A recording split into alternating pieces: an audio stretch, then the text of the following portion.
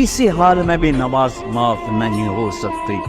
14-15 सदी में अगर नमाज की गुंजाइश मुझे नजर आती है तो करबला के मैदान में हुसैनी काफिले की नजर आती। ना पढ़ो, तलवारें बरस रही हैं, चंद घड़ियां बाकी हैं गर्दनों के कट जाने में।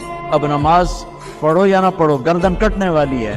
इसके बावजूद इमाम आली मकाम ने ज़ुहैर आपके राइट साइड पर झंडे बरदार हमको इशारा किया, तो ये शिमर से कहो नमाज पढ़ रहे।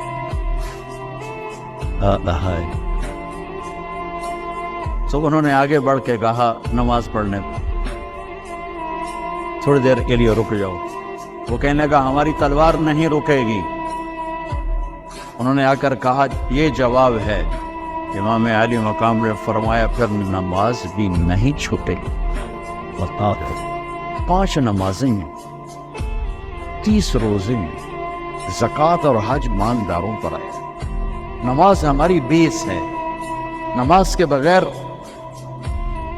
मुआशरे की बुनियाद नहीं बन सकती।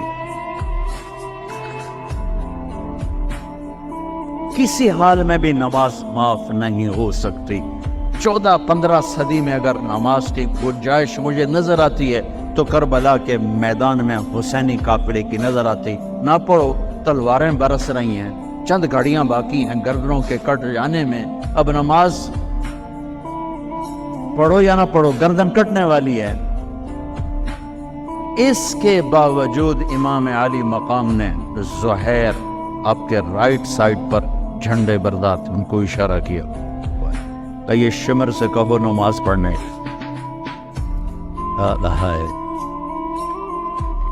तो उन्होंने आगे बढ़ के कहा नमाज पढ़ने दो,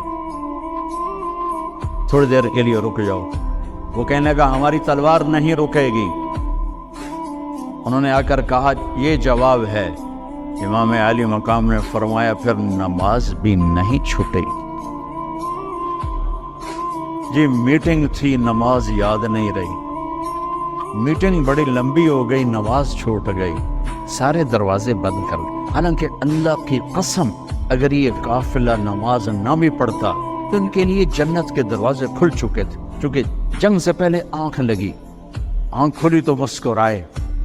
तो बहन ने पूछा ये कोई हंसने का वक्त है? मौत सर पे खड़ी, कहने लगे यही तो हंसने का वक्त है। ख्वाब में अल्लाह के नबी आए हैं, कह रहे हैं बेटा मैं लेने के लिए आ चुका हूं। फिर नमाज नहीं छोड़ी तो PIA वाला कह सकता है कि जो मैं जहाज उड़ा रहा था नमाज छोड़ गया।